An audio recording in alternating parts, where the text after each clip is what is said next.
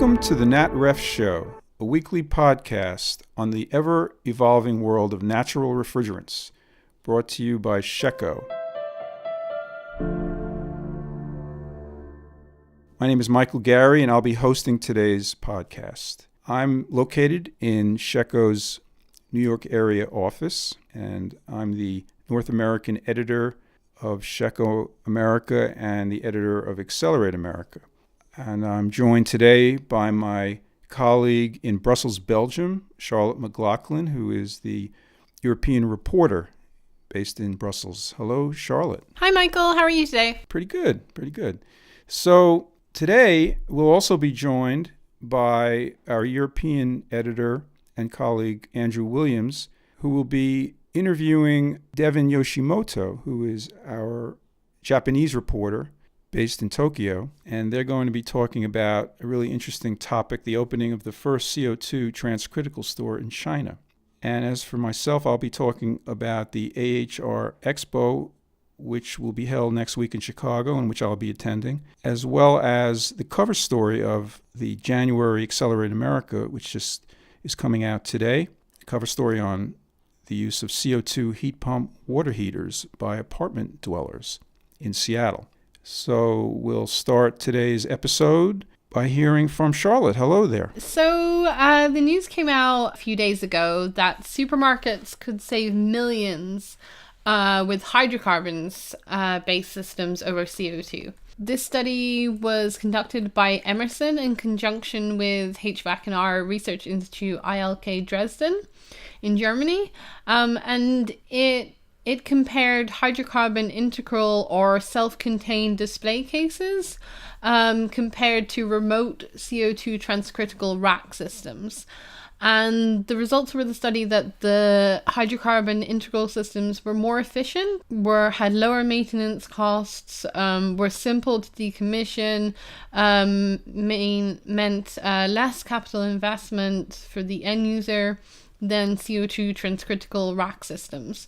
And this is really important because a lot of European retailers have gone towards CO2 transcritical rack-based systems. And the researchers in the study, they talk about how a lot of people have opted for these systems and not really thought about using hydrocarbon integral based systems. So it's kind of interesting that a lot of people would opt for these kind of CO2 transcritical systems over systems that Emerson and ILK Dresden claim are more efficient and easier and simpler to commission. Right. Well, of course, it's not that simple. For one thing, there's the charge issue with respect to hydrocarbons, and the IEC, although in Europe there is more flexibility than say in the US with respect to the amount of hydrocarbons you're allowed to use in refrigeration, commercial refrigeration, but it's still not a resolved issue, and the IEC is working on that. Once they increase the charge, raise it from 150 grams to something higher, that will open up more possibilities for these self-contained hydrocarbon cases. But in the meantime, I think hydrocarbon has trailed CO2 in terms of the technology and the maturity of the technology. So that's why people in Europe and elsewhere have tended to focus on the technology that's more mature, namely the CO2. So it's kind of a complicated issue, which I think will be interesting to see how it plays out, right? But it's not. Sure, it may be true that hydrocarbons systems, self-contained, are more efficient, less expensive than big rack systems, but I think it still remains to be seen how that actually plays out. Yeah, it definitely. And I think we're also not sure from the study as well. Like, this may be a CO2 transcritical system, but is it a CO2 transcritical system with ejectors, with parallel compression? Right. Does it have the technological breakthroughs of that we've been seeing? It's unclear that it does. So, I mean, that's also something worth bringing up. But I think that the savings that they're talking about are still quite significant. If they can achieve these types of savings, like they say, any operator with like 10,000 stores could achieve potential savings of more than 500 million over a 10-year lifespan of these refrigeration systems. I mean, this is still quite significant. Yeah. I mean, I know that in the U.S., the hydrocarbon cases have been more spot cases. They haven't rarely been used throughout the entire store, although that's starting to change. And even I think in Europe, that's true too, that there aren't many. I mean, there are some examples in Europe where hydrocarbon cases are used throughout the store.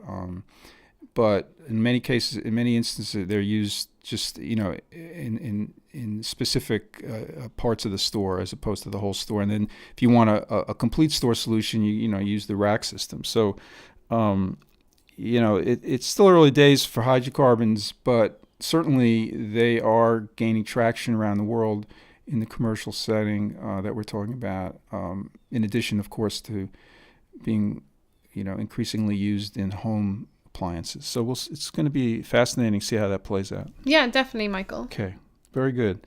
Thank you very much, Charlotte. And now we're going to hear from Andrew Williams and Devin Yoshimoto, who will discuss recent opening of CO2, the first CO2 transcritical store in China, which is very big news indeed. Thank you, Michael. Yes, the Metro China was certainly one of the biggest stories recently. Devin, what can you tell us about the first CO2 transcritical store in China? Yeah, well, we've been definitely following this story for a while now. When they first announced it a couple months ago last year, we actually had a chance to travel out to Beijing to see this first Metro store firsthand. And we got a tour, and we were guided by Metro China's team on the ground. And we also were guided around the store by the lead contractor for this project. Their name is Futa, and they're a local Chinese contractor. And we got to talk to them and ask them a lot of questions about the store and what it means for the Chinese market. And it was really, really exciting. The store, actually, they just celebrated their grand opening yesterday. And it was very successful. We've already heard from the team on the ground. Okay, and so what can you tell us concretely about the layout? So it's a transcritical CO2 rack system. What features are there in the system, and what's it being used for? Yeah, well, the system is 2 racks provided by SCM Frigo, 2 transcritical CO2 system racks. And they are powering the entire store, so 100% of the cooling needs for the store, which includes low temperature, medium temperature, and high temperature for fresh food cases, for island showcase freezers, for a prep room, a cold room, and a freezer room. And there's also an ice maker in the store, and the centralized transcritical CO2 system powers everything. So it's really interesting, and it's really one of the first things we've seen where the entire store was 100% powered by the centralized system, not with little HFC-based units here and there. Right, and so the transcritical system is got the usual extras. So it's got parallel compression, it's got heat reclaim, it's got the 2-stage gas cooling. I understand this was a collaboration between Chinese companies and overseas firms. Yeah, that was one of the key things to the story, and what part of the most important thing that they told us while we were down there was that there was a very good and very close collaboration between the local Chinese companies, the local contractor Futa, and the overseas companies. Because while Futa does have a history of installing subcritical CO2 systems, and so does Metro, by the way, where they've already installed 28 subcritical CO2 systems in China, and this is their first transcritical system, they wanted to make sure to have the support from the European companies who, of course, we all know have very, very long history of using and installing and commissioning transcritical CO2 systems. So there was very close collaboration there, and it was one of the key reasons why this installation was successful. And I suppose it's also building on the experience that Metro in particular has had in Europe.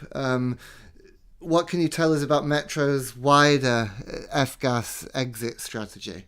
Well, the reason why this story is so important is because this first transcritical CO2 system is literally the key milestone for Metro's global F-gas phase-out policy. So Metro globally has a policy of phasing out F-gases. It's called their F-gas exit program, which Mr. Olaf Schultz has told us a lot about already. The goal of the program is to phase out F-gases from all their stores worldwide by 95% by 2030. So the first transcritical CO2 store in China is the very first step in launching this strategy in the Chinese market. Right, and so the key point here, it's not just about phasing out F-gases, it's replacing them with natural refrigerants worldwide where technically and economically feasible. Many of the stores so far have been CO2, but they're also open to using hydrocarbons in stores where, should they decide to do so, and ammonia in distribution centres. So it's really a kind of commitment to natural refrigerants across the board. Just to give our listeners a bit of background about the wider company. So they have Metro AG, the German parent company's operates 2,000 stores in over 2,000 stores in 29 countries worldwide, including 700 Metro stores and almost 300 Real hypermarkets. So this is a global operator with lots of experience in Europe of using these natural refrigerant technologies, and certainly exciting times for China. Then I expect that Metro's now bringing its know-how over there. Yeah, I mean, just taking a step back in what we're seeing in China too is this really is the beginning of what we're seeing as a turning point in China. I mean, not only just for transcritical CO2 for commercial refrigeration, but possibly also we're seeing opportunities for transcritical CO2 in other applications, in larger applications, even for industrials. So it's kind of the tip of the iceberg, and we have a lot more on this story to share with you guys. I mean, just as an example, when we sat and we interviewed the Metro China team, they told us that the main purpose, one of the main goals they have for this very first store is to serve as an educational tool for the market in China, because first of all, they want to raise awareness that these technologies exist and that they have the potential to give a lot of benefits to end users in China. So it's really going to be something that we're going to see a lot of people interested in China. And it's interesting exercise in collaboration between the Chinese and the European manufacturers who've collaborated on the different parts of the system. I suppose maybe you could tell us about some of the manufacturers that have worked on the project. Yeah, well, actually, that's definitely something we're going to be reporting on very soon in our very first issue of Accelerate China, which is coming out in April. So just a couple short months from now, we're going to have a lot more detail on getting the perspective on the Chinese market from the international suppliers, how they're working with local Chinese companies and even end users in China, especially Metro, and how they kind of see this moving forward, working together with overseas companies and then working with the Chinese government and Chinese associations locally in the country as well. Right, and there's a couple of important events coming up at which we'll be publishing this first edition of Accelerate China, right? Maybe you can give us a sneak preview.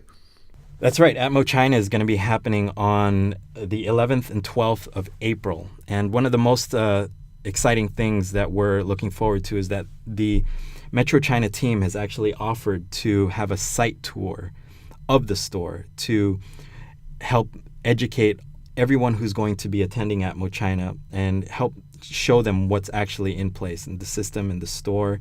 So we're very excited about that also. Lots to look forward to in China then. On the topic of Accelerate, the next edition of Accelerate Australia and New Zealand magazine is imminent. What can our listeners look forward to once that magazine appears in their inboxes shortly? That's right. We're going to be publishing the very next issue of Accelerate Australia at the end of January in just a week or two. And the cover story here is very interesting because we talked to the largest independent retailer in Australia. They're Drake's Supermarkets. And we spoke with Bob Song, who's the general manager of the company and who's been with the company for a very long time. So we had a great conversation and a great interview with him where he told us about the journey that Drake's Supermarkets has taken with transcritical CO2 or CO2 technology in general, and how they've gone from installing the very first transcritical CO2 system in the southern hemisphere many years ago, and what they've learned along the way, to now announcing that they're going to be opening 3 new transcritical CO2 stores by the end of next month. So there's a lot of lessons that they've learned and a lot that they've shared with us and that we've written about in the story. So make sure to check that out also. Great. And what other highlights can our listeners look forward to in the magazine? Well, other than that, we also have a couple interesting stories on the latest transcritical CO2 installation from Advancer. Well, actually, the very first transcritical CO2 installation by Advancer in Australia, installed at a company called United Food Express at their warehouse. So this is for a cold stores facility. And we also have another story highlighting the potential for natural refrigerant heat pumps in Australia's food industry. So a lot of interesting stories coming up in the next issue, and please make sure to check it out. We're really excited about it. Great, and certainly the Advancer story is an exciting one, also in the context of showing that CO2 transcritical can be used for more kind of industrial refrigeration applications such as cold stores, and another sign of this increasing competition between CO2 and ammonia for warehousing and cold storage applications. So yeah, indeed, I encourage all of our listeners to look out for both upcoming Accelerates, Australia, New Zealand and China. Thank you, Devin. Michael, back to you. Thank you very much, Andrew and Devin. Now over to myself. I'm going to chat with the audience and with Charlotte about first AHR Expo, one of the biggest HVAC and R trade shows in the world, taking place next week, January 22nd through 24th at McCormick Place in Chicago. I will be there covering the expo with my colleague and Sheco CEO Mark Chassero. You can reach me if you're at the conference, at the trade show. You can contact me by email at michael.gary@sheco.com. 2 R's in Gary, 2 C's in Sheco. And, of course, we'll be speaking with and covering the developments by a number of the many exhibitors. There's going to be more than 2,000 exhibitors at this conference, many of them featuring natural refrigerant technologies. On the hydrocarbon side, Embraco will be showcasing 2 hydrocarbon compressors and its plug-and cool propane reach-in freezer and refrigerator solution. And we'll certainly want to see how Embraco is doing with that. EBM Pabst, which is a major manufacturer of fans for refrigeration systems, will be showing its fan assemblies compatible with hydrocarbon refrigerants. And Carell will showcase the HEOS water loop system, which can accommodate propane. So a lot of hydrocarbon activity. On the sessions side, we'll hear from Art Miller giving one of his presentations on hydrocarbon refrigerants, which will be Monday morning at the show. So that'll be really interesting. Of course, there'll be plenty of CO2 action. Doran will be there with its CO2 semi-hermetic compressor, one of the largest compressors on the market for transcritical. Sandin, who I'm going to talk about in a minute, will be showing its CO2-based heat pump water heaters. And Carell, the HEOS I mentioned, water loop system also accommodates CO2, and they have their ejector, the EMJ modulating ejector, that they'll be showing that improves the efficiency of transcritical CO2 systems. Ejectors, of course, have been growing in Europe and are coming to the U.S., right, Charlotte? Yeah. So in Europe so far, there was a study recently done by the Swiss Energy Agency about the use of ejectors, and it said there's about several hundred being used at the moment in Europe. I think Danfoss already has 200 plus ejectors being used on the market, so it's quite significant development that has only really started to come in the last few years, and hopefully soon will be in the US. Right. We started seeing some evidence last year. Danfoss installing its ejector in a Hill Phoenix system in Georgia at a Sprout store. Carnot's reported number of ejectors in its systems in Canada. But it'll be interesting to see what Carell has to say. And I should also mention Emerson will be featuring its natural refrigerant systems for various kinds of working fluids. So look forward to the show next week. Look forward to meeting any of our listeners at the show. I also want to talk about the cover story of Accelerated America magazine, the January edition, which just came out. Cover story on CO2 heat pump water heaters from Sandin, which, as I mentioned, will be displaying them at the AHR Expo. But we have a story about the installation of these heat pump water heaters at an apartment complex in Seattle. It was orchestrated by a fellow named Charlie Rogers, who's the property rehabilitation specialist for the City of Seattle's housing office. Charlie really likes the Sandin units, particularly for these projects that have a lot of hot water usage, and so they were installed at 24 low-rise townhomes at the Kingway Apartments in Seattle.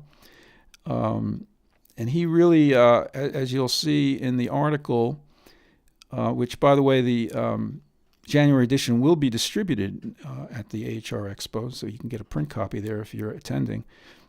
But Charlie told me that he really likes this system because of its high heat recovery rate. It's much higher than that of heat pump using R410A, and certainly much better than the electric resistance water heaters that were previously used at this apartment complex. They were replaced by the Sandin unit.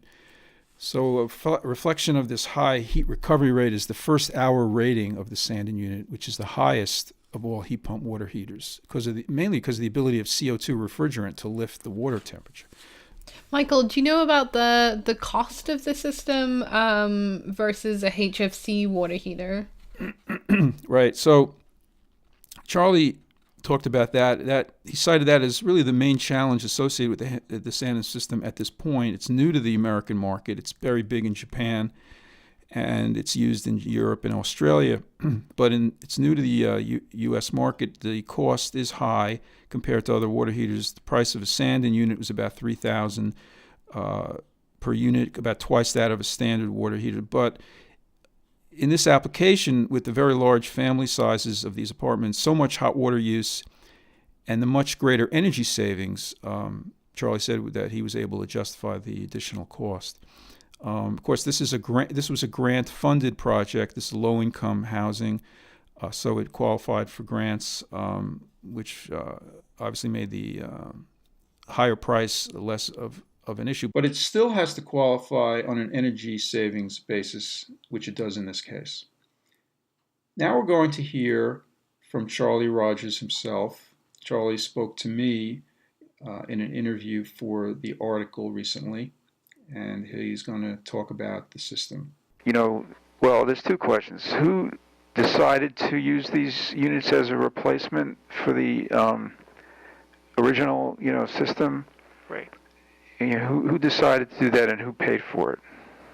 So I did this project was mine, so I did the inspection and identified the unique need. I saw the high household sizes, identified that there was a lot of hot water usage going on there, and there isn't previously, the heat pump water heaters that we've been working with, the R410A systems, they don't have a very high recovery rate. Now, recovery rate, what does that mean exactly? Just how quickly they reheat the water. Right. So how quickly they replenish the hot water in the tank. Right. And so if you don't have a very high recovery rate, you're going to run out of hot water. Right. And so if you have a 7 or 8 person household, it might still behave like a standard electric resistance water heater, or maybe a little bit worse. But I wanted something that was really going to, without a question, provide hot water when the occupants needed it. I didn't want to put in a new water heater and have them have less water. Right. The other thing I was looking at is we couldn't really put in the standard heat pump water heater in these townhomes because the tanks were in a small closet underneath a second floor stairway. And all of the systems that are out there, not including the sanding unit, have the compressor on the top of the tank. And so they're stealing energy from the air outside of the tank, and they need a certain volume of air to operate to the manufacturer's standards. So if you put it in a small closet, you have to put a jumper duct or a passive grill through the wall or something to bring more air into that room. And it just gets a little bit more complicated. It's doable, but it's not as easy. And then the other thing too is that your compressor's inside, so it's making noise. So that presents some issues. Okay, so you chose the equipment, and the owner took advantage of this program to upgrade, basically cost-free upgrade, that will reduce the energy costs for the tenants. Ultimately for the for the building and thus for the tenants who are paying the bill, right? Yeah, so I think. Do you know how much that's happened? How much reduction they've seen to date? I haven't checked the bills, and I wouldn't trust them at this point because it's been such a short period of time. Right. And But your expectation is, based on the efficiency, that's the modeling part, right? Yeah, the estimated savings from the 24 heat pumps was about 80,000 kilowatt hours a year, which is high, but there's high household sizes there, so you've got a lot of hot water units. Do you know how much of a percentage difference that is from the? I can't remember off the top of my head. I can go back and look at my model. But the Sandin, I was modeling it with an energy factor of 2.9. So roughly speaking, that's about the Sandin should be using about a third of the electricity that the electric resistance meters were consuming. Yeah, Yeah, that's substantial, right? I mean, that's a substantial It's difference. huge. Yeah. Some other benefits to the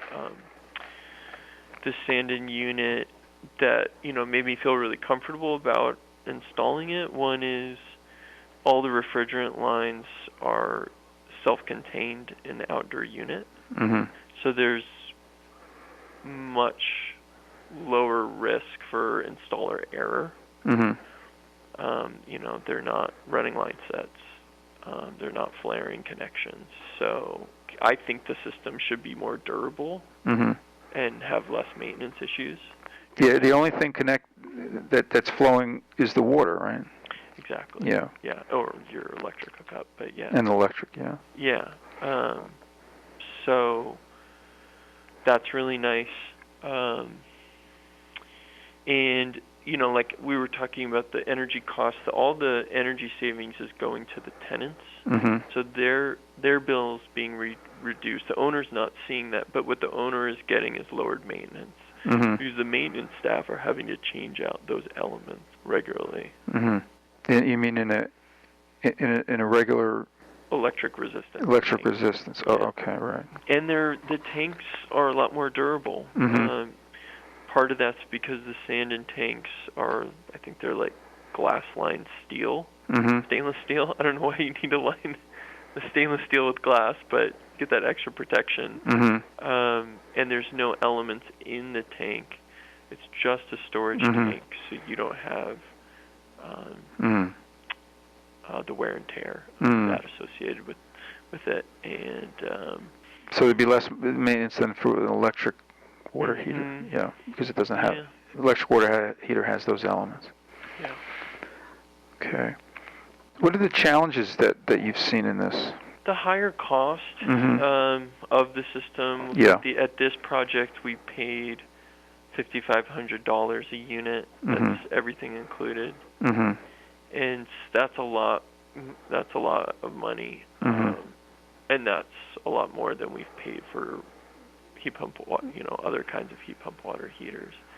It's more than what they would have paid or what they'd paid for a new electric, the same electric unit. Yeah. Yeah, I think you can expect to pay just for the materials for a standard heat pump water heater. I think they're around $1,500, and I think the sand-ins were around $3,000. So the cost is considerably higher. But in this application where we had large family sizes, we were able to justify the additional cost because there was so much hot water use, and so the savings was that much greater. Right, in terms of the energy savings. Yeah. Yeah, and the money saved through energy reduction. Yeah. Thank you, Charlie.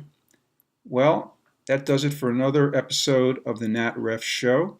I want to thank my colleagues, Charlotte, Andrew, and Devin, and thanks to our listeners. We'll see you next time on the NatRefs Show.